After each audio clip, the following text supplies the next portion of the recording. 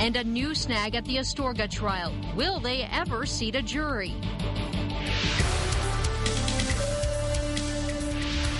Good evening. Another setback in Michael Astorga's murder trial. There is still no jury seated, a week and a half after jury selection began. What is the deal here? News 13's Alex Tomlin is live with the latest problem. Alex? Dick, a jury was expected to be seated by the end of today, but that's not going to happen. That's because prosecutors are seeking the Supreme Court's help to decide if the defense qualifies to try this case. Bernalillo County District Attorney Carrie Brandenburg wants to avoid the possibility of a mistrial or having a conviction thrown out. This morning, she argued that Michael Astorga's defense attorneys may not be meeting the requirements for a death penalty case. Astorga is accused of killing Bernalillo County Sheriff's Deputy James McGrain Jr. during a traffic stop in 2006.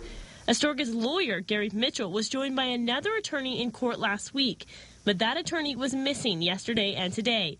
The DA argued this morning that state law says a defendant in a capital murder trial must be represented by two attorneys who must meet a list of qualifications, such as 12 hours of training on death penalty cases and a certain amount of experience.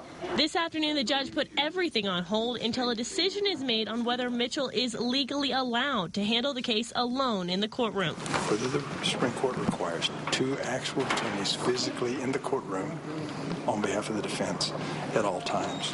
DA Brandenburg says the state also needs to make sure that Mitchell's second attorney qualifies. Well, whether the requirements to if that rule are met. Both sides agree it's too important of an issue to ignore. Because it's such a serious case with such irreversible results, the attorneys feel that we must have guidance and make sure we do it properly.